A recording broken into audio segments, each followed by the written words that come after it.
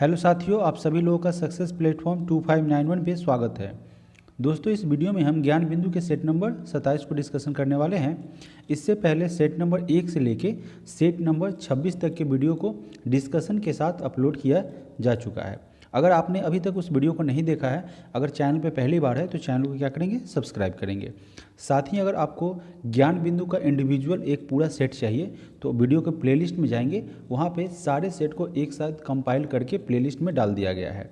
और आप जो भी स्टूडेंट इस चैनल पे वीडियो देख रहे हैं, इस टेस्ट सीरीज़ को दे रहे हैं, उनको पता चल रहा होगा कि आखिर मैंने इस टेस्ट सीरीज़ में क्या मेहनत की है, उनको समझ में आ गया होगा। और जो लोग टेस्ट कम्प्लीटली रेगुलर बेस पे दे रहे हैं, इस ज्ञान बिंदु का टेस्ट जो लगा रहे हैं सक्सेस प्लेटफॉर्म 2591 के माध्यम से, उनको पता लग रहा होगा, वो एनालाइज कर पा रहे होंगे कि और जगह जितने टेस्ट सीरीज़ कराए जाते हैं और यहाँ पे कराए जाते हैं, इन दोनों में क्या डिफरेंसेज है। तो सभी लोगों से मेरा यही कहना है कि एक बार इस टेस्ट सीरीज़ को कंप्लीट देखें। जब आप कंप्लीट देखेंगे तो आपको मेहनत समझ में आएगी। जो बारीकियां हैं, जो कमियां हैं, वह आप मुझे कमेंट के माध्यम से क्या करेंगे, सजेस्ट करेंगे, तो मैं उसे और दूर करने का प्रयास करूंगा।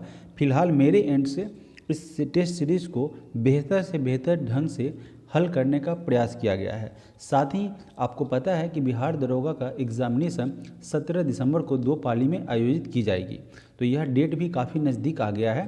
तो मैंने तो टारगेट किया था 139 टेस्ट सीरीज़ का। अब मुझे लगता है कि कहीं उसमें थोड़ी बाधा आएगी, लेकिन अगर ऐसा कुछ भी संभव हुआ तो मैं ज्ञान बिंदु का टोटल 80 टेस्ट सीरीज़ कंप्लीट कराऊंगा। इसके अलावा फिर और ज्ञान बिंदु के एक्स्ट्रा जो है वो क्लासेज में यहाँ पे लेने का प्रयास करूँगा। साथ ही आपको एनसीईआरटी के सभी विषय के, यानी कि तमाम विषय के एमसीक्यूज होंगे। और साथ ही साथ एक नया इन्फॉर्मेशन मैं दे रहा हूँ कि आप बिल्कुल भी भयभीत ना हो, बिल्कुल भी चिंता नहीं करें। आपको static GK, current affairs, Bihar special, उन तमाम विषय जो बिहार दरोगा सिलेबस के अंतर्गत आती हैं, उनका एमसीक्यूज, उनके क्लासेज यहाँ पे प्रोवाइड किए जाएंगे। तो आप इस चैनल पे बने रहे, आप अपना पेशेंस जो है जारी रखें। टेलीग्राम अगर मन करता है तो उसे आप सब्सक्राइब कर लें, यानी कि ज्वाइन कर लें, ठीक है।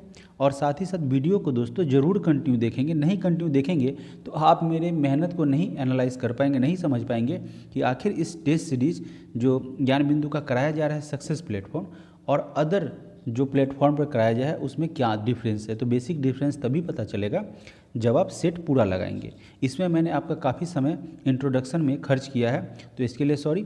सीधे मैं प्रश्नों की तरफ चलता हूँ। पहले प्रश्न की शुरुआत करता हूँ, टेस्ट नंबर 27 की। तो चलिए, पहला प्रश्न है।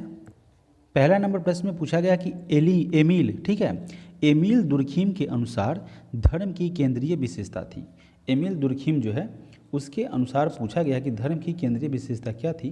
तो यह थी पवित्र अपवित्र द्विभाजन, यानी पवित्र और अपवित्र को 2 भागों में बांटना, ठीक है। बहुत ही सरल शब्द है, ऐसा नहीं है कि समझ में नहीं आएगा। पवित्र और अपवित्र का द्विभाजन यानी कि 2 भागों में बांटना। अगला प्रश्न है, प्रश्न संख्या 2।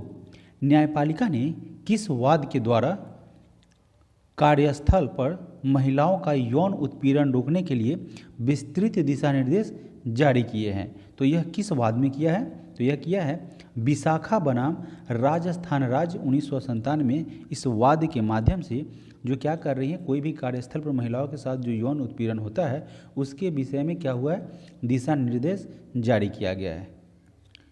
अगला प्रश्न है, प्रश्न संख्या 3।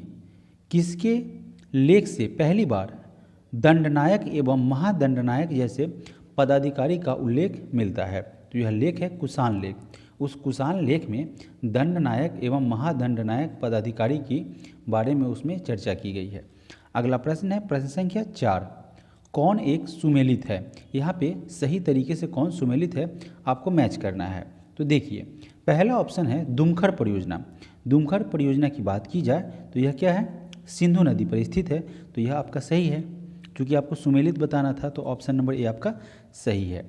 बी नंबर ऑप्शन की बात करें तो बाणसागर परियोजना, यहाँ पे दिया हुआ है चंबल नदी, तो यह चंबल नदी पर बाणसागर परियोजना नहीं है बल्कि सोन नदी पर है। सोन नदी पर यह चंबल सागर परियोजना है, बनाया गया है। अगला प्रश्न, अगला ऑप्शन है ऑप्शन नंबर सी। सी में कह रहा है कि तुलबुल परियोजना। तो तुलबुल परियोजना की अगर बात करें तो यह चिनाब नदी पर नहीं है बल्कि यह झेलम नदी पर है, झेलम नदी पे है। ठीक है। इसके बाद ऑप्शन डी में कह रहा है कि भीमा परियोजना।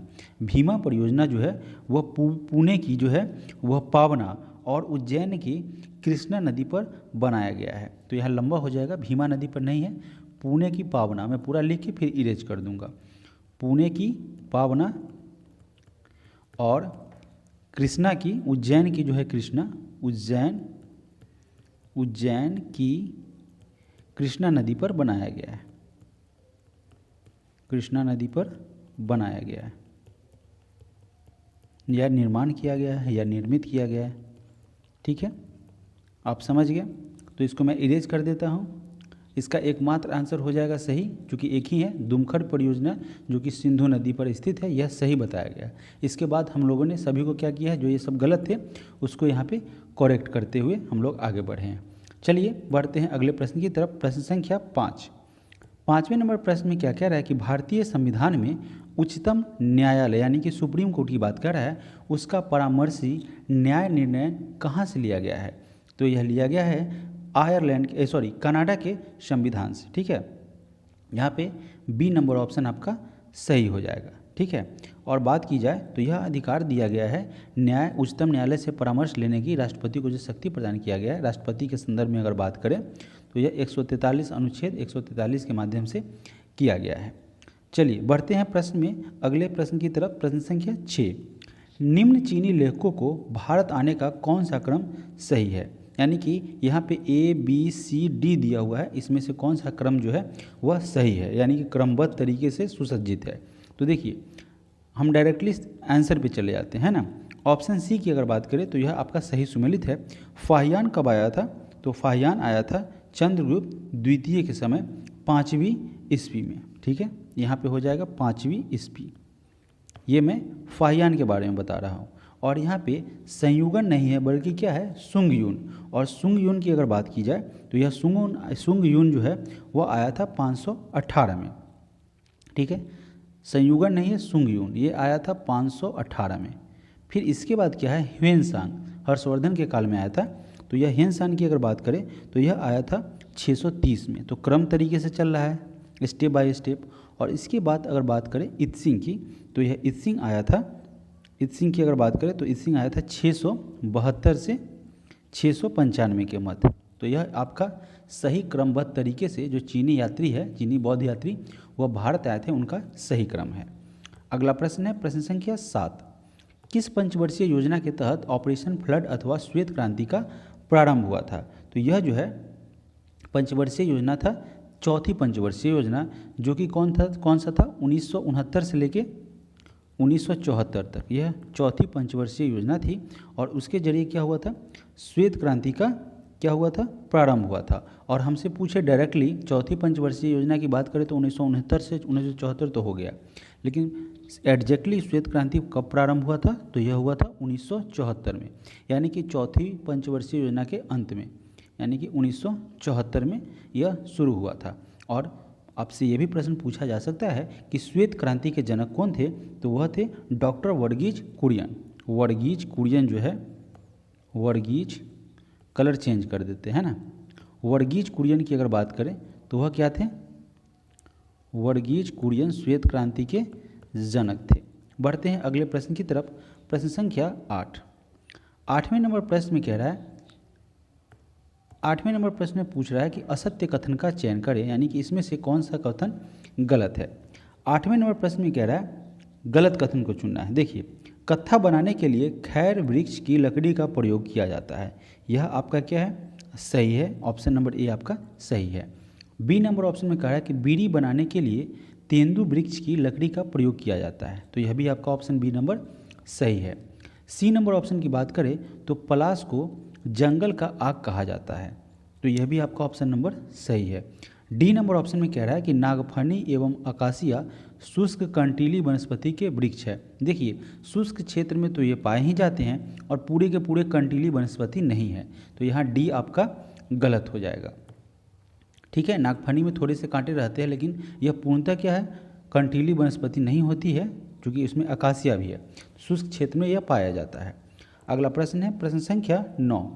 औद्योलिखित में कौन सुमेलित नहीं है, यानी कि इसमें से गलत कौन सा है। देखिए, पहले नंबर ऑप्शन की बात की जाए तो यह जो है वैदिक काल में यह प्रश्न पूछा गया था। वैदिक सभ्यता के दौरान यह जो पद था वह किस विभाग से संबंधित था, इसके बारे में पूछा गया है। सीधे सीधे आपको यह समझ में नहीं आने वाला है। अगर वैदिक काल में बात की जाए तो गोचर भूमि का जो अधिकारी होता था उसे वाजपति कहा जाता था, उल्टा हम लोग पढ़ेंगे। और दुर्गपति जो होता था उसे पूरम कहा जाता था। तो यह सब क्या है, आपका सुमेलित है। देखिए अगले ऑप्शन को। अगला ऑप्शन में है, यहाँ पे उल्टा पढ़ना है ना। गुप्तचर किसे कहा जाता था? वैदिक सभ्यता के दौरान गुप्तचर कहा जाता था। गुप्तचर को क्या कहा जाता था? अस्पष्ट कहा जाता था, यानी कि ऑप्शन नंबर सी। और डी में क्या कहे? उग्र की बात, चूंकि हमें गलत ढूंढना था तो उग्र, अपराधी को उग्र नहीं कहा जाता था, बल्कि जो अपराधियों को पकड़ने का काम करते थे। क्या करते थे? अपराधी को पकड़ने का काम करते थे। अपराधी को पकड़ने का काम जो करते थे उन्हें उग्र कहा जाता था। ठीक है, चलिए बढ़ते हैं अगले प्रश्न की तरफ। प्रश्न संख्या 10। 10वें नंबर प्रश्न में कह रहा है कि मानववाद का संस्थापक किसे माना जाता है? बात करें मानववाद के संस्थापक की तो यह पेट्रोक था, जो कि कहाँ का था? इटली का था। इसे क्या किया जाता है? मानववाद का संस्थापक माना जाता है। अगला प्रश्न है प्रश्न संख्या 11। कौन एक सुमेलित है, यानी कि सही तरीके से जिसका सुमेलन किया गया है? देखिए, वन संरक्षण अधिनियम की बात की जाए तो इसे 1981 में नहीं बल्कि 1980 में लागू किया गया था या लाया गया था। ऑप्शन बी में कह रहा है कि जल प्रदूषण निवारण नियंत्रण, इस अधिनियम को 1976 में नहीं बल्कि 1974 में लागू किया गया था अथवा लाया गया था। अगला ऑप्शन है option number C. Eco mark scheme की अगर बात की जाए तो इसे 1991 में लॉन्च किया गया था या लागू किया गया था। लॉन्च नहीं कहेंगे, लागू कहेंगे। और ऑप्शन डी की अगर बात करें तो राष्ट्रीय पर्यावरण नीति, जो कि 2004 में नहीं बल्कि 2006 में लागू किया गया था, 2006 में। अगला प्रश्न है प्रश्न संख्या 12। 12 नंबर प्रश्न में कह रहा है कि असत्य कथन का चयन करना है। इसमें से कौन सा जो है कथन असत्य है? देखिए, पहला ऑप्शन है मंडल आयोग, इसका गठन 1979 में किया गया था, तो यह आपका सत्य है। ऑप्शन नंबर बी में कह रहा है कि इस आयोग का यानी कि मंडल आयोग का कार्य सामाजिक व शैक्षणिक दृष्टि से पिछड़े का पहचान करना है, तो यह ऑप्शन भी आपका सही है। सी नंबर ऑप्शन में कह रहा है कि इसने अपनी रिपोर्ट 1981 में प्रस्तुत किया था, जो कि आपका गलत है। 1981 में नहीं प्रस्तुत किया था, 1980 में प्रस्तुत किया था। और 1980 में प्रस्तुत किया गया और लागू की बात की जाए तो इसे 1990 में लागू किया गया था। अगला ऑप्शन है option number D. D number option में कह रहा है कि नौकरियों में पिछले वर्ग को यानी कि जो पिछड़ा वर्ग था उसे 27% आरक्षण वीपी सिंह के सरकार के द्वारा लागू किया गया, यह आपका सही था। एकमात्र ऑप्शन नंबर सी गलत था, जिसमें कहा गया था कि इसने अपनी रिपोर्ट 1981 में प्रस्तुत की थी, जबकि यह मंडल आयोग के द्वारा उसकी रिपोर्ट यानी उसने अपना रिपोर्ट 1980 में प्रस्तुत किया था, जिसे 1990 में लागू किया गया था। अगला प्रश्न है प्रश्न संख्या 13। निम्न में से सही पारियों यानी कि सही वरीयता, वरीयता लिखना चाहिए था, उसका क्रम वरीयता क्रम लिखना चाहिए। देखिए यहाँ पे गलत है। अगर हम सेट को नहीं पढ़ें और एकदम बुलेट की रफ्तार में जाएंगे तो ये सब तो गलती होगी ना। तो यह वरीयता क्रम की अगर बात की जाए तो सही कौन सा है? देखिए, हम डायरेक्टली आंसर पे ही चलते हैं, ठीक है, क्योंकि समय भी कम है। उप प्रधानमंत्री, फिर उसके बाद लोकसभा अध्यक्ष, फिर भूतपूर्व प्रधानमंत्री यानी कि जो पूर्व में प्रधानमंत्री रह चुके हैं उनके बारे में है। तो यह आपका सही क्या है? वरीयता क्रम है। ऑप्शन ए आपका सही आंसर हो जाएगा। अगला प्रश्न है प्रश्न संख्या 14। 14 नंबर प्रश्न में कह रहा है कि किस वायसराय के समय में विधान परिषद में 3 भारतीय सदस्य बनारस के राजा पटियाला के महाराज और सर दिनकर राव को मनोनीत किया गया था? यह पूछा गया है कि किस वायसराय के समय या कार्यकाल का समय। तो यह हुआ था लॉर्ड कैनिंग के समय, जो कब था? 1856 से 1862 तक क्या था? गवर्नर था।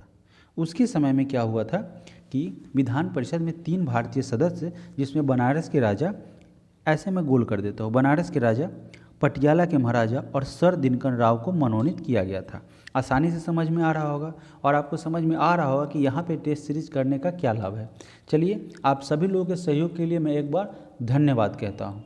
बढ़ता हूँ अगले प्रश्न की तरफ। प्रश्न संख्या 15 नंबर प्रश्न में कह रहा है कि समाजवाद शब्द का प्रयोग सर्वप्रथम किसने किया था। देखिए पहली बार, वैसे तो बहुत सारे लोगों ने इसका यूज किया था, पहली बार अगर बात करें तो यह किया गया था रॉबर्ट ओवेन के द्वारा, जो कि किया गया था 1827 में।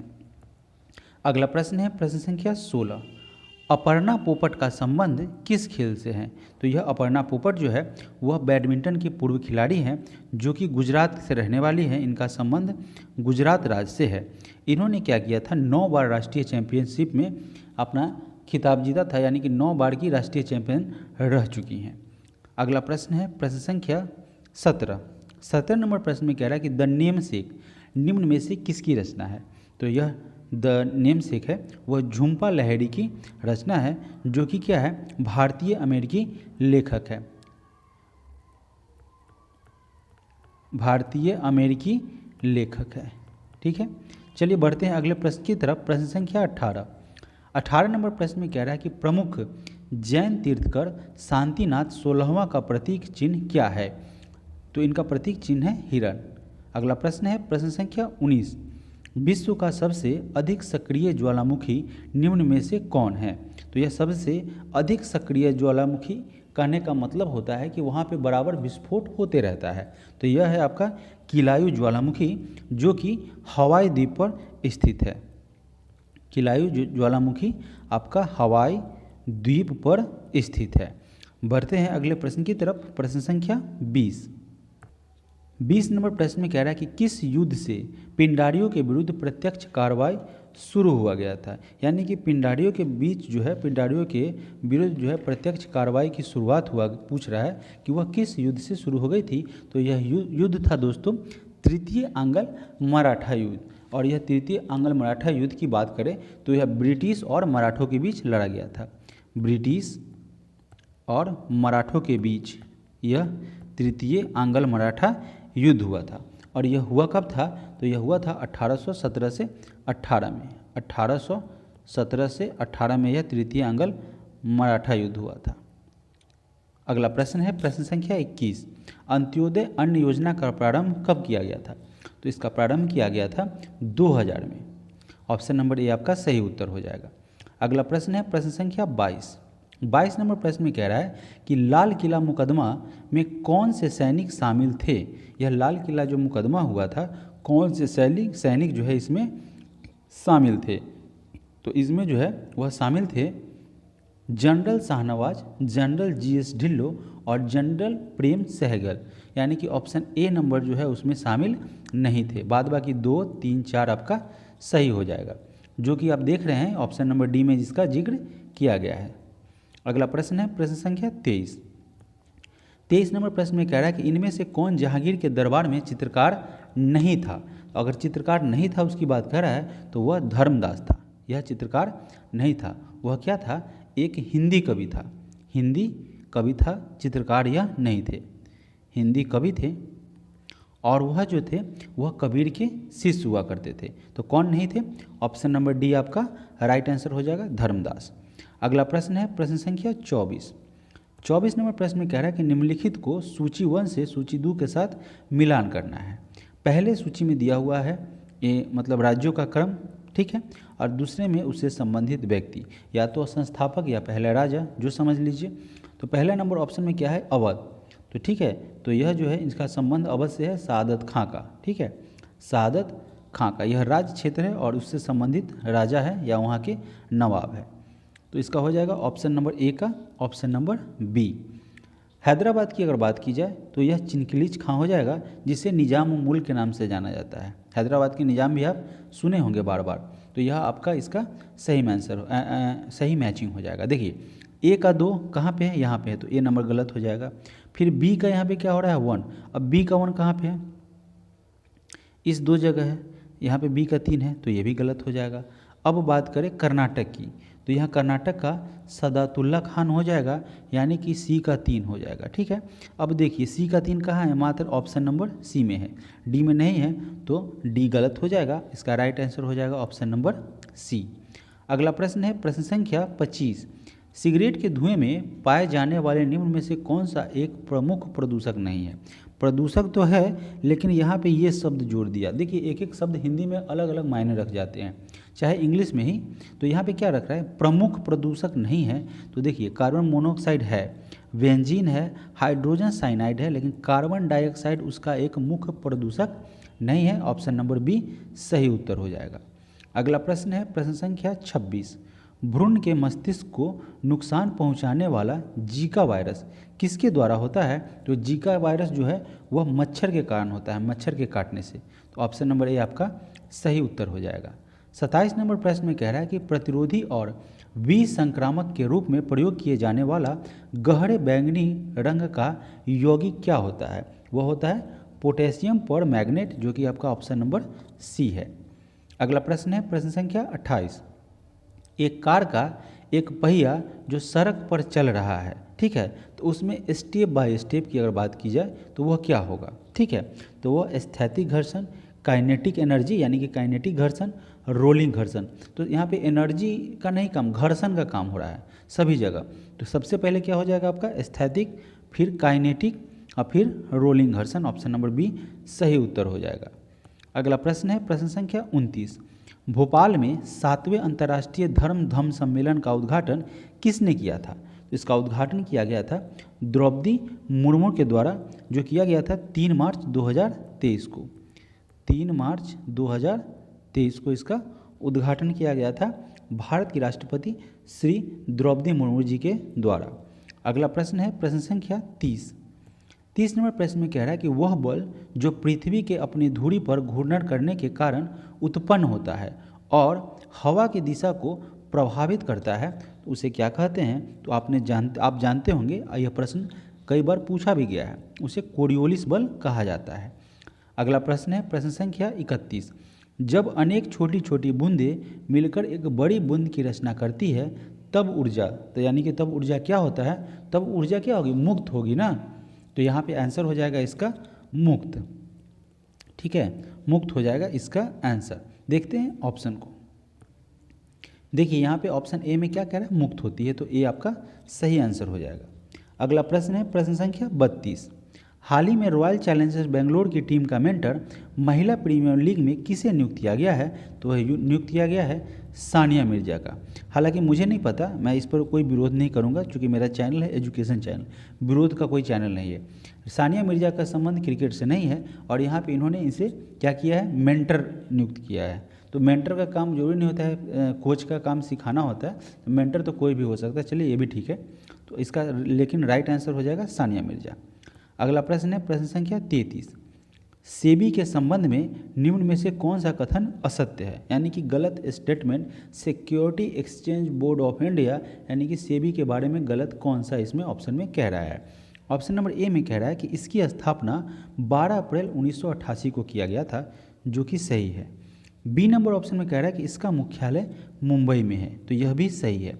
सी में कह रहा है कि इसे 30 जनवरी 1988 को एक अध्यादेश के द्वारा वैधानिक दर्जा दिया गया है, यानी कि लीगल दर्जा जो है, वैधानिक दर्जा 1988 में नहीं दिया गया था, बल्कि 1992 में दिया गया था। तो यह आपका सी नंबर क्या था? गलत था, और हमें गलत ही ढूंढना था। फिर भी डी नंबर ऑप्शन को पढ़ते हैं। यह भारतीय बाजार स्टॉक बाजार का विनियमन एवं पर्यवेक्षण करता है, जो कि सही है, यानी कि ए बी डी सही है, सी नंबर ऑप्शन गलत है। यही हमारा राइट आंसर हो जाएगा। अगला प्रश्न है प्रश्न संख्या 34। स्वचालित इंजनों हेतु निम्नलिखित में से कौन सा एक हिमरोधी के तौर पर प्रयुक्त होता है? वह है ethylene glycol. Option number B सही उत्तर हो जाएगा। अगला प्रश्न है प्रश्न संख्या 35। आर्थिक सर्वेक्षण 2022-23 के अनुसार विदेशी मुद्रा भंडार धारक के रूप में भारत विश्व में किस स्थान पर है? तो इसमें भारत का रैंक जो है वह 6ठा स्थान है, जो विदेशी मुद्रा भंडार के रूप में भारत को 6ठा स्थान प्राप्त है, और चीन क्या है? प्रथम स्थान पर है। चीन प्रथम स्थान पर है। अगला प्रश्न है प्रश्न संख्या 36। मायोपिया की अगर बात करें तो इसमें क्या होता है दोस्तों कि दूर की वस्तु सही नहीं दिखाई देती है। जब दूर सही नहीं दिखाई दे, क्या है? दूर सही नहीं दिखाई दे और निकट सही हो, तो उसे निकट दृष्टि दोष बोलते हैं। यानी कि मायोपिया को हिंदी में निकट दृष्टि दोष बोला जाता है। ठीक है, तो इसमें क्या होता है? इसमें दूर की वस्तु नहीं दिखाई देती है। ऑप्शन नंबर क्या है आपका बी सही हो जाएगा। अगला प्रश्न है प्रश्न संख्या 37। 23वां राष्ट्रमंडल कानून सम्मेलन कहाँ पर शुरू हुआ है? तो यह 23वां राष्ट्रमंडल कानून सम्मेलन गोवा में आयोजित किया गया था, जो कि कितना दिन का था? 5 दिन का था। 5 दिवसीय यह सम्मेलन था, जिसमें क्या हुआ था, कुल मिला के अगर बात की जाए तो इसमें 52 देशों के 500 प्रतिनिधि ने हिस्सा लिया था। 52 देशों के 500 प्रतिनिधि इसमें क्या लिए थे? हिस्सा लिए थे। ठीक है, तो यह गोवा में आयोजित किया गया था, जो 5 दिनों का था, और यह चला था 5 से 9 मार्च तक। ठीक है, इस इंफॉर्मेशन को ध्यान रखेंगे। बढ़ते हैं अगले प्रश्न की तरफ। प्रश्न संख्या 38। निम्न में से किस लौह इस्पात कारखाना का स्थापना तृतीय पंचवर्षीय योजना काल में हुआ था?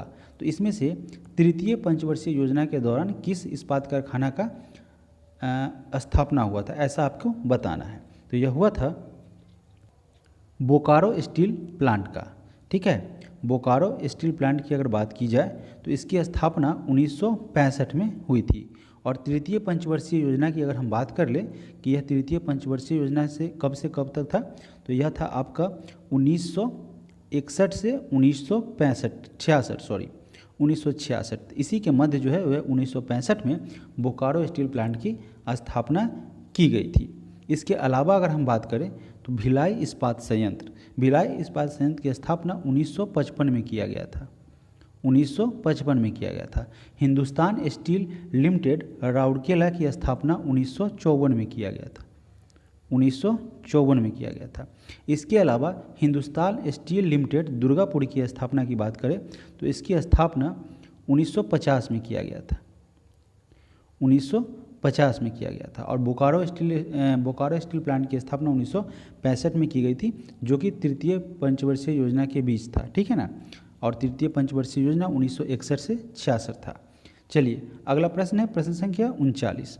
भारत सिंगापुर संयुक्त अभ्यास बोल्ड कुरुक्षेत्र हाल ही में कहाँ संपन्न हुआ है? तो यह संपन्न किया गया है जोधपुर में। ठीक है, जोधपुर में इसे संपन्न किया गया है। इसके विषय में कुछ अन्य जानकारियाँ है, लेकिन बहुत सारा भर चुका है। आगे बढ़ते हैं प्रश्न की तरफ। प्रश्न संख्या 40 नंबर प्रश्न में क्या कह रहा है? 40 नंबर प्रश्न में कह रहा है कि शुद्ध घरेलू उत्पाद यानी कि एनडीपी की अगर बात करें दोस्तों तो मैं बोल देता हूँ एनडीपी क्या होता है। एनडीपी की अगर बात करें तो यह होता है नेट डोमेस्टिक प्रोडक्ट। ठीक है, जिसको सकल घरेलू उत्पाद के नाम से जाना जाता है। सकल घरेलू उत्पाद जिसे हम लोग क्या जानते हैं? नेट डोमेस्टिक प्रोडक्ट के नाम से जानते हैं। तो यह कैसे निकाला जाता है? यह निकाला जाता है एनडीपी माइनस जीडीपी। एनडीपी बराबर क्या होता है? जीडीपी माइनस ह्रास, यानी कि डिप्रिसिएशन ह्रास को बोला जाता है। और जीडीपी होता है ग्रॉस डोमेस्टिक प्रोडक्ट। ठीक है, तो इस तरीके से इसका आंसर हो जाएगा ऑप्शन नंबर ए। और पहले ना इससे पूर्व जो प्रश्न था 39 नंबर, उसमें क्या कह रहा था? उसमें कह रहा था भारत सिंगापुर संयुक्त अभ्यास बोल्ड कुरुक्षेत्र हाल ही में कहाँ शुरू हुआ था? तो वह हुआ था जोधपुर में। और एक थोड़ा सा उसका छोटा इन्फॉर्मेशन है जो हम लोग ज़रूर लिखेंगे। यह हुआ था दोस्तों जोधपुर में जो हुआ था, यह हुआ था 6 से 13 मार्च तक। कब से कब तक था? 6 से 13 मार्च तक चला था। अगला प्रश्न है प्रश्न संख्या 41 नंबर प्रश्न में कह रहा है कि हाल ही में किसने 40 वन वेब इंटरनेट उपग्रह लॉन्च किया है? तो इसे स्पेसएक्स के द्वारा लॉन्च किया गया है। इसका आंसर हो जाएगा ऑप्शन नंबर बी। अगला प्रश्न है प्रश्न संख्या 42। किस देश को वनों का देश कहा जाता है, यानी कि फॉरेस्ट कंट्री के नाम से जानते हैं? तो यह हो जाएगा ऑप्शन नंबर सी कांगो। अगला प्रश्न है प्रश्न संख्या 43। मधुमक्खियों में संचारण यानी कि कम्युनिकेशन की बात की जाए तो उसका साधन क्या है? तो यह है डांस। आप देखते होंगे जब भी एक जगह से दूसरे जगह जब मधुमक्खी लगती है, जिसको क्षेत्रीय भाषा में बोलते हैं छत्ता लगाना, यानी कि वहाँ पे अपना घर नया छत्ता बनाती है, तो पहले क्या करेगी? पहले राउंड बहुत देर तक वो लोग भनभनाते रहते हैं, यानी कि डांस करते रहते हैं, घूमते रहते हैं। तो वो डांस नहीं करते हैं, कम्युनिकेशन करते हैं। कम्युनिकेशन करने के बाद किसी एक जगह पर वो एकत्रित होकर क्या करते हैं? अपना छत्ता लगाते हैं, यानी कि अपना समझिए कि वो अपना घर बनाते हैं। तो यह जो है उनका डांस नहीं होता है, बल्कि क्या होता है? कम्युनिकेशन होता है। अगला प्रश्न है प्रश्न संख्या 44। भारतीय नीली क्रांति का जनक किसे कहा जाता है? नीली क्रांति का जनक जो है वह हीरालाल चौधरी को कहा जाता है। ठीक है, हीरालाल चौधरी इसका राइट आंसर हो जाएगा। और यह नीली क्रांति जो है वह 7वीं पंचवर्षीय योजना के दौरान जो है इसका हिस्सा थी। यह नीली क्रांति 7वीं पंचवर्षीय योजना का यह हिस्सा थी। 7वीं पंचवर्षीय योजना का हिस्सा थी। अगर हम आपसे पूछे कि 7वीं पंचवर्षीय योजना कब थी, तो यह थी 1985 से 1990।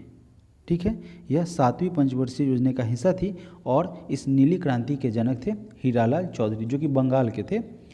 अगला प्रश्न है प्रश्न संख्या 45।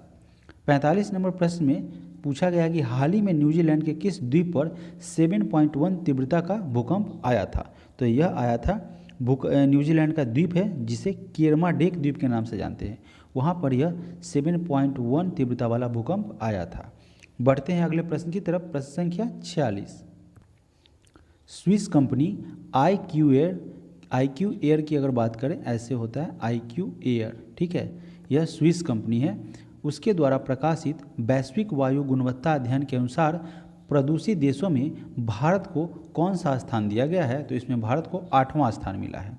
और चार्ट जो है वह प्रदूषण फैलाने के मामले में पहले स्थान पर है, तो मुबारक हो इन्हें। अगला प्रश्न है प्रश्न संख्या 47। भारतीय भूवैज्ञानिक सर्वेक्षण के अनुसार भारत का लगभग कितना भौगोलिक क्षेत्र बाढ़ प्रवण क्षेत्र के अंतर्गत आता है? तो कुल मिला के 12.5% यानी कि 12.5% हिस्सा जो है भारतीय भूवैज्ञानिक सर्वेक्षण हुआ है, उसके अनुसार भारत का यह लगभग 12.5% जो हिस्सा है वह भौगोलिक क्षेत्र बाढ़ प्रवण क्षेत्र के अंतर्गत आता है। 48 नंबर प्रश्न में कह रहा है कि निम्न में से कौन सा स्पोरोफाइट का उदाहरण है? बात करें स्पोरोफाइट की, तो यह जो है इसका जो है क्या होता है? मशरूम होता है। ठीक है, मशरूम इसका राइट आंसर हो जाएगा। बढ़ते हैं अगले प्रश्न की तरफ। इसके बारे में डिटेल से कर सकता हूं, लेकिन थोड़ा इसमें ज़्यादा डीपली समझाना पड़ेगा। चलिए बढ़ते हैं अगले प्रश्न की तरफ। प्रश्न संख्या 49। नीचे दिए गए गलत मिलान का चयन करना है, यानी कि इसमें से कौन सा गलत है? देखिए, कुटीर उद्योग बोर्ड की स्थापना की बात की जाए तो यह 1948 में था।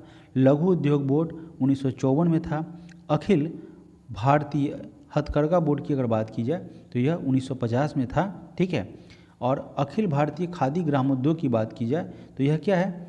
यह 1956 में नहीं था। ठीक है, अगर मैं बता दूं इसका आंसर तो कोई बात नहीं, लेकिन आपको कमेंट करना है, यह आंसर मुझे आपसे चाहिए। ठीक है, इसकी स्थापना, गलत आंसर तो इसका डी हो जाएगा, लेकिन ऐसे नहीं ना जानना है भाई इसकी स्थापना हुई कब थी, ये भी तो जानना है। तो यह 49 का आंसर कमेंट करना है आपको। ठीक है, कमेंट करना है आपको। आप कमेंट करके 49 नंबर का आंसर जरूर बताएंगे। अगला प्रश्न है प्रश्न संख्या 50। भारतीय रिजर्व बैंक RBI ने कितने देशों के बैंकों को रुपए में भुगतान निपटाने के लिए विशेष बोस्टो रुपए खाता यानी कि SBRA खोलने की अनुमति दी है? तो यह दिया गया है 18। ठीक है ना, कितने देशों के बैंकों को? तो यह 18 देशों के बैंकों को यह दिशा निर्देश जारी किया गया है। अगला प्रश्न है प्रश्न संख्या 51।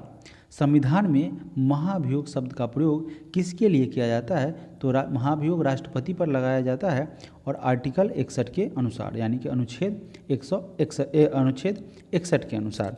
अगला प्रश्न है प्रश्न संख्या 52। हाल ही में समाचारों में देखा गया है कि स्टारबेरी सेंस किससे संबंधित है?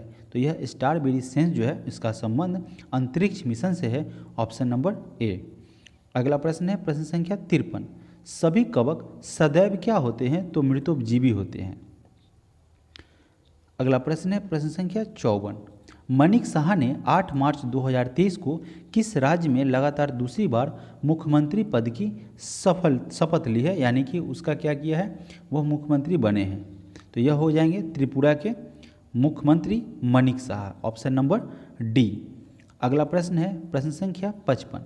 दुनिया का पहला मानव हृदय प्रत्यारोपण किसने किया था? तो यह सभी जानते हैं, क्रिश्चियन बर्नार्ड ने। वह कब किया था?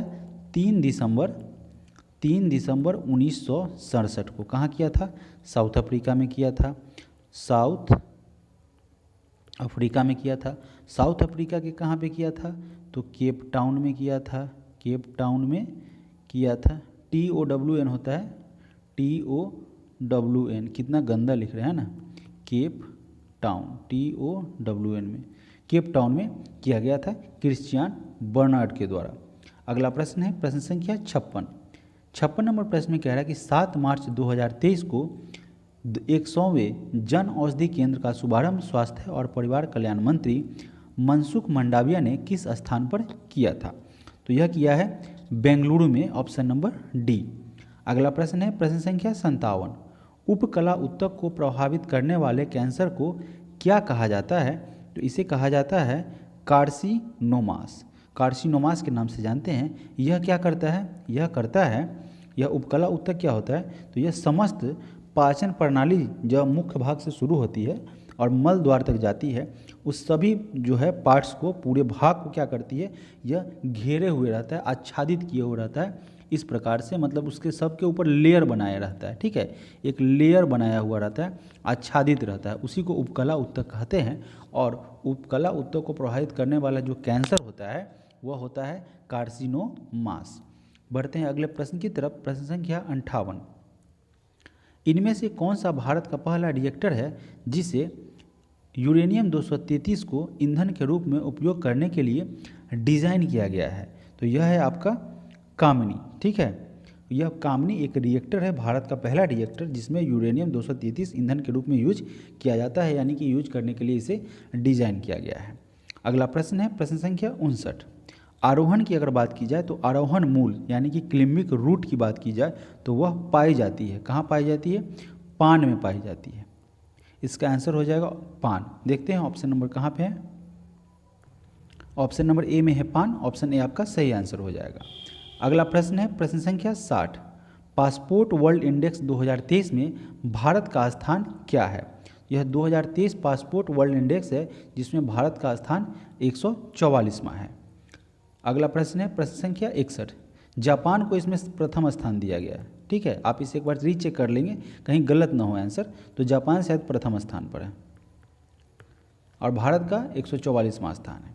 अगला प्रश्न है प्रश्न संख्या 61, कंप्यूटर डाटा की सबसे छोटी इकाई क्या है? तो सबसे छोटी इकाई आप जानते हैं बीट होगा, फिर उसके बाद बाइट होता है, ठीक है, उसके बाद किलोबाइट होता है, मेगाबाइट होता है, गीगाबाइट होता है, इस तरीके से बढ़ता है।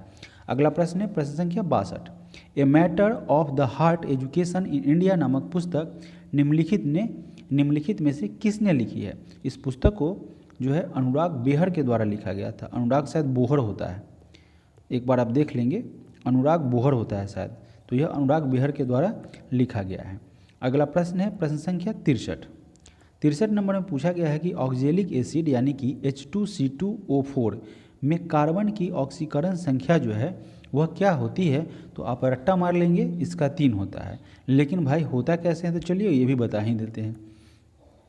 ये कैसे होता है कि देखिए, होता क्या है, यहाँ पे क्या होता है कि H जो है, ठीक है, हाइड्रोजन हो, H जो है उसकी ऑक्सीकरण संख्या, थोड़ा समय लगेगा ऑक्सीकरण, लेकिन आप समझ जाएंगे।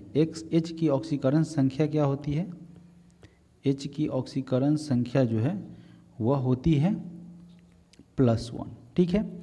फिर उसके बाद O की, यही बात को लिखूंगा ऑक्सीकरण संख्या, तो O की ऑक्सीकरण संख्या कितनी होती है? वो होता है -2, ठीक है। और मान लेते हैं, अब यहाँ पे C तो बचा है ना, तो C की ऑक्सीकरण संख्या को हम क्या मान ले? X मान लेते हैं, ठीक है। अब फॉर्मूला क्या है आपका? H2C2O4 है ना, ठीक है। तो H यहाँ पे क्या है? H की ऑक्सीकरण संख्या +1, तो +1 × 2, ठीक है, ये 2 है। फिर प्लस C का है, C का यहाँ पे क्या है? तो C का है X × 2, ठीक है। फिर प्लस O का क्या है यहाँ पे? -2, तो यहाँ पे -2 है, ठीक है, -2 और गुना क्या हो जाएगा, यानी कि मल्टीप्लाई क्या हो जाएगा? 4, ठीक है। चलिए ऊपर की तरफ बढ़ते हैं। इसमें फिर क्या कह रहा है, यहाँ पे 2 हो जाएगा, +1 और 2 में मल्टीप्लाई होगा 2 हो जाएगा, यहाँ पे 2x हो जाएगा, और ये प्लस माइनस क्या होगा? -8 होगा, और यहाँ इसके बराबर में 0 होगा, जो कि 0 के बराबर होगा, ठीक है। चलिए 2x इधर रख गया। 8 में से 2 चला जाएगा तो माइनस में 6 आएगा, चूँकि 8 बड़ा है ना तो माइनस में 6 आएगा, वह माइनस उधर चला जाएगा तो प्लस में हो जाएगा। 2 से 6 कितना बार में, 3 बार में कैंसिल हो जाएगा। तो यहाँ पे देखिए, यहाँ पे हमने क्या माना था, सी का ऑक्सीकरण संख्या x माना था। तो यहाँ पे क्या हो जाएगा, प्रश्न को अगर देखिएगा, जब प्रश्न को देखिएगा आसानी से समझ में आएगा। यहाँ पे क्या कर रहा है, यहाँ पे कार्बन की ऑक्सीकरण संख्या जो कि यहाँ पे क्या है, C है, C कार्बन है, H हाइड्रोजन है और ऑक्सीजन है। तो उसमें कार्बन की ऑक्सीकरण संख्या आपको पता चल गया क्या होगा, 3 होगा, यानी कि +3 होगा। ठीक है, बढ़ते हैं अगले प्रश्न की तरफ। प्रश्न संख्या 64। आशा करते हैं दोस्तों समझ में आ रहा है और मेरा मेहनत अगर अच्छा लग रहा है, क्लास आपको अच्छा लग रहा है तो ज़रूर दोस्तों इस वीडियो को लाइक करेंगे और अधिक से अधिक शेयर करेंगे। आपका जो शेयर है, आपका लाइक है, वो मेरे लिए मोटिवेशन का काम करेगा। और मैं आपसे वादा करता हूँ रोज़ प्रत्येक दिन जो क्लास होगी एक से एक बेहतर क्लासेज होंगी। तो चलिए बढ़ते हैं अगले प्रश्न की तरफ। प्रश्न संख्या 64 नंबर में कह रहा है कि हाल ही में अंतर्राष्ट्रीय ओलंपिक समिति ने किससे ओलंपिक ऑर्डर पुरस्कार वापस ले लिया है। तो यह लिया है व्लादिमीर पुतिन से, जो कि यूक्रेन पर हमला हुआ था उसी के बाद जो है यह जो है अंतर्राष्ट्रीय ओलंपिक समिति से इनके ओलंपिक ऑर्डर का पुरस्कार जो है वापस ले लिया गया था। अगला प्रश्न है प्रश्न संख्या 65 नंबर प्रश्न में कह रहा है कि खुरपका या मुंह पका रोग, यह दो जो रोग है वह किससे होता है। तो यह होता है वायरस के कारण। ठीक है, यह रोग जो है दोस्तों यह वायरस के कारण फैलता है और मवेशियों में होता है। किस में होता है, मवेशियों में, मवेशी लिखिए, मवेशियों में यह रोग होता है। अगला प्रश्न है प्रश्न संख्या 66। कार्बोहाइड्रेट पाचन के अंतिम उत्पाद है। तो इसका अंतिम उत्पाद कार्बोहाइड्रेट के बारे में पूछा गया है, तो यह हो जाएगा अंतिम उत्पाद मोनोसेक्राइड। अगला प्रश्न है प्रश्न संख्या 67। अंतर्राष्ट्रीय महिला दिवस के संदर्भ में निम्नलिखित कथनों पर विचार करें। देखिए इसमें से कौन सा कथन जो है वह सत्य है, सत्य कथन को पहचानना है। पहला ऑप्शन में कह रहा है कि 2023 के अंतर्राष्ट्रीय महिला दिवस के लिए संयुक्त राष्ट्र की थीम डिजिट ऑल लैंगिक समानता के लिए आविष्कार एवं तकनीक है, जो कि सही बात है। और हर साल, ठीक है ना, हर साल 8 मार्च को अंतर्राष्ट्रीय महिला दिवस मनाया जाता है, यानी कि 8 मार्च को इंटरनेशनल वीमेंस डे मनाया जाता है। तो यह भी सही है, दोनों का दोनों ऑप्शन आपका सही हो जाएगा। अगला प्रश्न है प्रश्न संख्या 68 नंबर प्रश्न में कह रहा है कि स्थानीय शीतल पवन मैस्ट्रेल से संबंधित स्थान कौन सा है। तो यह हो जाएगा इसका आंसर ऑप्शन नंबर डी। अगला प्रश्न है प्रश्न संख्या 69। सूची 1 को सूची 2 से सुमेलित कीजिए तथा सूचियों के नीचे दिए गए कूट से सही उत्तर को चुनिए। तो इस प्रकार अगर देखेंगे तो यह मेमोग्राफी है। आखिर इसका यूज किस चिकित्सा में किया जाता है, किस रोग में, किसकी जांच करने के लिए किया जाता है। तो यह स्तन में संबंधी जो विकार आती है किसी भी तरीके का, उसको टेस्ट करने के लिए, उसकी जांच करने के लिए मेमोग्राफी का यूज किया जाता है।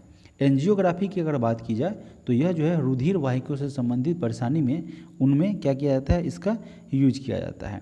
एंडोस्कोपी की अगर बात की जाए तो मलाशय से संबंधित जो परेशानी होती है उसमें इस टेस्ट का यूज करते हैं, इस तकनीक का यूज करते हैं, यह तकनीक है। ठीक है, और अल्ट्रासोनोग्राफी जो है यह जो है गर्भाशय से संबंधित कोई किसी भी तरीके की जांच होती है उसके लिए इस टेक्निक का या इस माध्यम का यूज करते हैं। इस प्रकार से देखेंगे तो अगर मैच करेंगे तो इसका ऑप्शन हो जाएगा, आंसर हो जाएगा ऑप्शन नंबर सी।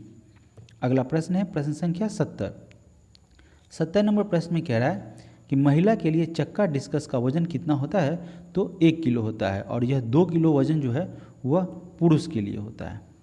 अगला प्रश्न है प्रश्न संख्या 71।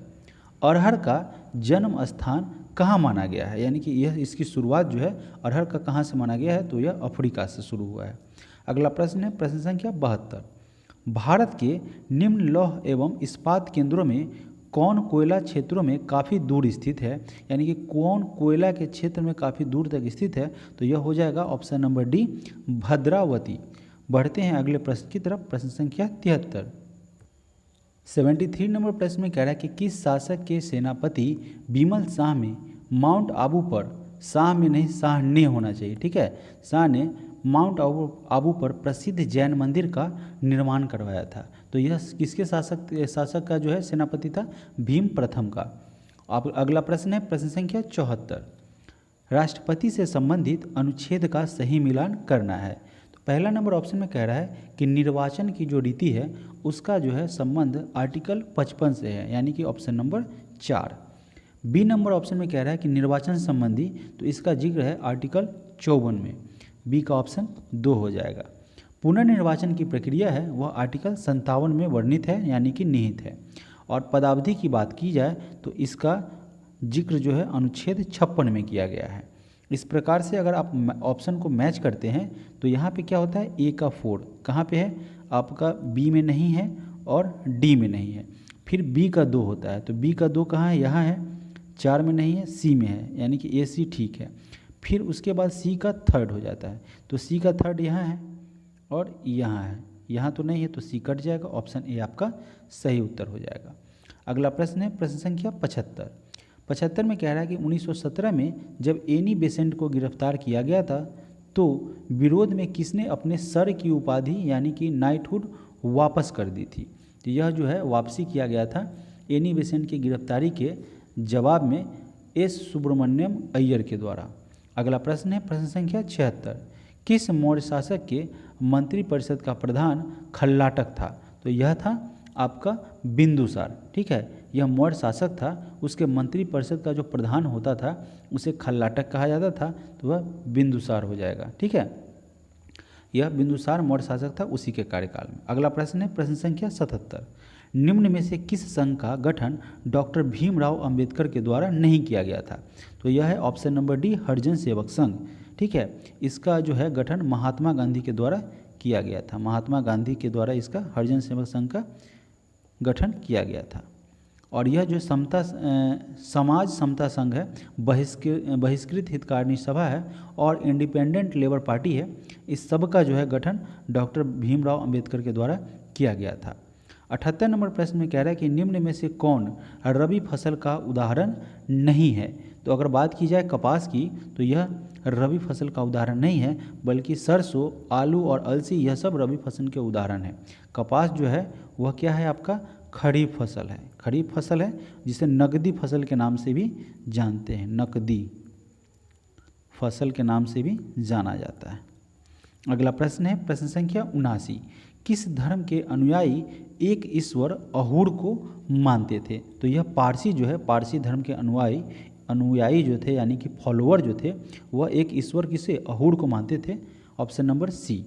अगला प्रश्न है प्रश्न संख्या 80, किस नदी को बांग्लादेश में सुरमा तथा मेघना नाम से जाना जाता है। तो यह नदी हो जाएगी बराक, बराक जो नदी है उसको बांग्लादेश में सुरमा तथा मेघना नाम से जाना जाता है।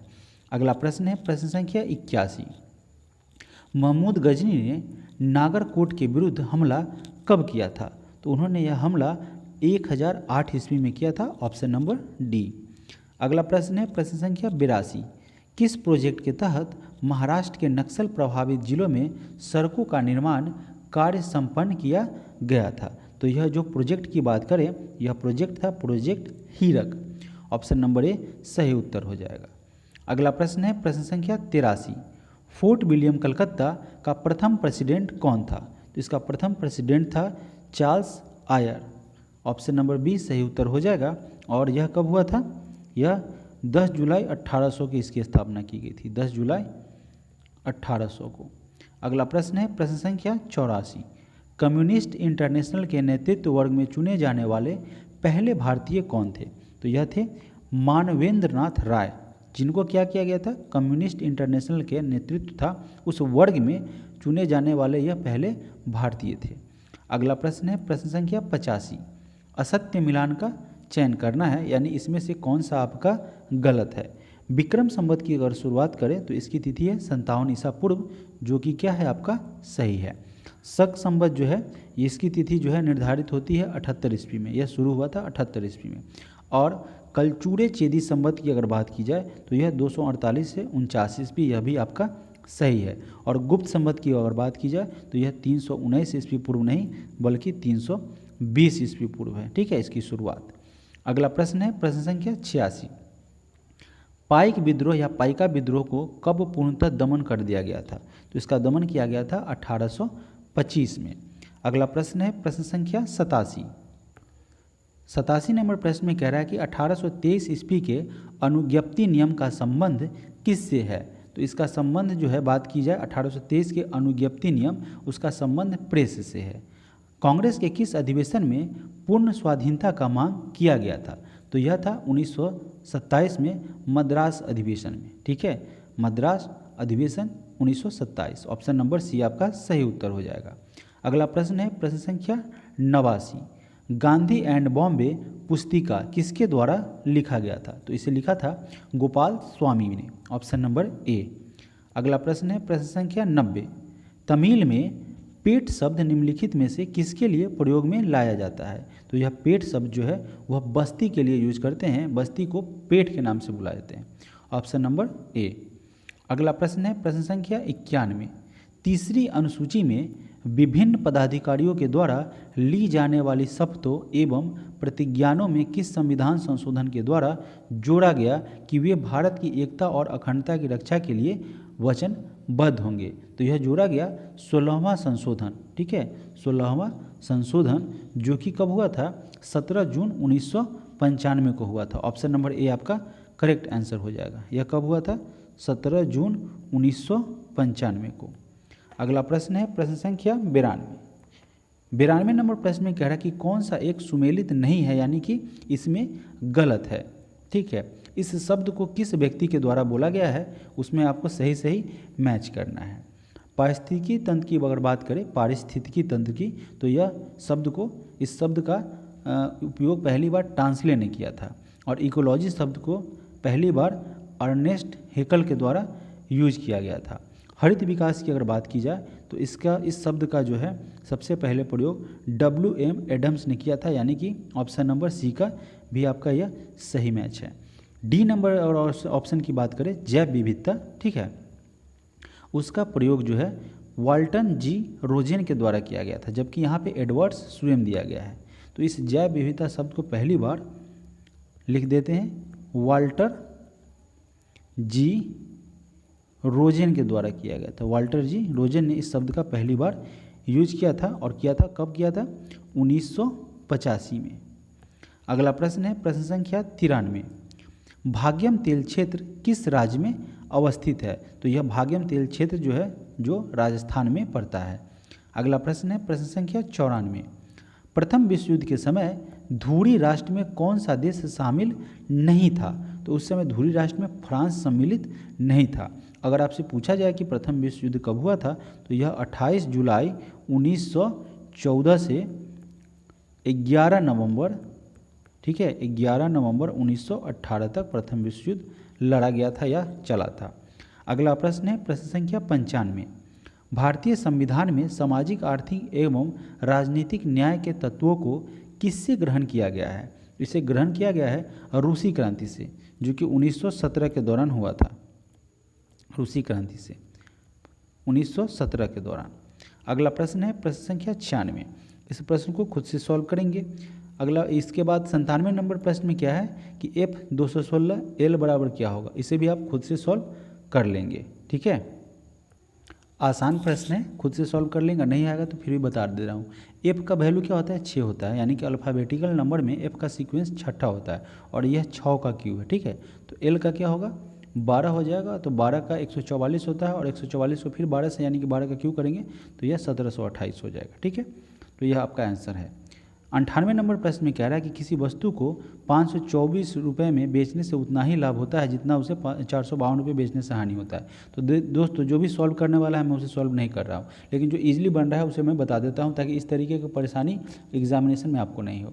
कभी भी ऐसा प्रश्न पूछा जाए कि किसी वस्तु को एक अलग अमाउंट दे रहा है, उस पर बेचने में उतना ही लाभ होता है जितना इतना में बेचने पर हानि होता है, इस तरीके का अगर प्रश्न दे रहे हैं तो उसमें कुछ भी नहीं करेंगे, दोनों को क्या कर देंगे, ऐड कर देंगे। देखिए 5 2 4 4 5 2 कितना आ जाता है, 4 2 6 5 2 7 5 4 9। ठीक है, 2 4 जा 8 2 8 जा 16 और 2 8 जा 16। तो इस दोनों को जोड़ के 2 से डिवाइड कर देंगे, यही आपका आंसर होगा। इस तरह का जब भी प्रश्न आ जाएगा, ठीक है, 233 में बेचने में उतना ही लाभ होता है, ठीक है, जितना उसे 215 में बेचने में होता है। इस तरीके से अगर मान लीजिए एक एग्जाम्पल बोल रहा हो तो इस कंडीशन में क्या करेंगे, दोनों को जोड़ के 2 से डिवाइड कर देंगे। ठीक है, अगला प्रश्न है प्रश्न संख्या 99। 99 नंबर को भी आपको खुद से सॉल्व करना है। 99 में कह रहा है कि ए बी से 2 गुना तेज चलता है, आसान प्रश्न है, खुद से सॉल्व करेंगे। बी से 3 गुना तेज चलता है और सी द्वारा 1.1/2 घंटे में तय की गई दूरी ए द्वारा कितना समय में तय की जाएगी, तो खुद से सॉल्व करेंगे। 100 नंबर प्रश्न में क्या कह रहा है कि 2 अंकों की एक संख्या के अंकों को परस्पर बदलने से हमें एक संख्या प्राप्त होती है जो मूल संख्या की चौगुनी से 24 कम है। यदि मूल संख्या का दशांक उसके इकाई अंक से 7 कम हो तो मूल संख्या क्या है। कुछ भी नहीं समझ में आ रहा है। अब देखिए हम क्या करेंगे, यहाँ पे पहले कट कर देते हैं, तब आपको आसानी से समझ में आ जाएगा। ठीक है, इसमें क्या कह रहा है कि 2 अंकों की एक संख्या है, अंकों को परस्पर बदलने से हमें एक संख्या प्राप्त होती है। ठीक है, जो मूल संख्या के चौगुनी से 24 कम है। अगर 29 को ठीक है पलट दें तो यहाँ पे 92 हो जाएगा। इसका चौगुना 4 नमा 36 और 4 दूना 8 3 11। ठीक है, और इससे क्या है 24 कम है, तो इसमें से इसको घटाते हैं। 4 नमा 36 के 6 है ना, 4 नमा 36 का 6 कैरी 3 4 दूना 8 3 11 116 होता है। और यह मूल संख्या ठीक है, मूल संख्या 29 है। 29 से 116 में से 24 को घटाएंगे तो 6 में से 4 गया 2, 11 में से 2 गया तो 9। आता है कि नहीं आता है, आता है ना। चौगुना करेंगे और चौगुना करने के बाद जब 29 को घटाएंगे तो इससे कितना आ रहा है 24, तो यहाँ पे इसका डायरेक्टली आंसर हो जाएगा 29। और फिर अगर दूसरा अगर इस कंडीशन को देखेंगे, यदि मूल संख्या का दशांक इसके इकाई अंक से 7 कम, तो 9 में से 2 करेंगे घटाएंगे तो 7 ही ना आएगा, तो ऑप्शन नंबर ए यहाँ आपका सही हो जाएगा। दोस्तों इस तरीके से यह सेट कंप्लीट हो गया। सेशन बहुत ही शानदार है, इसे पूरा वॉच करेंगे और साथ ही साथ क्या करेंगे, लाइक शेयर और सब्सक्राइब जरूर करेंगे। मिलेंगे आपसे अगले सेट में, सेट नंबर 28 के साथ। तब तक आपका बहुत बहुत धन्यवाद चैनल से जुड़ने के लिए। Thank you so much.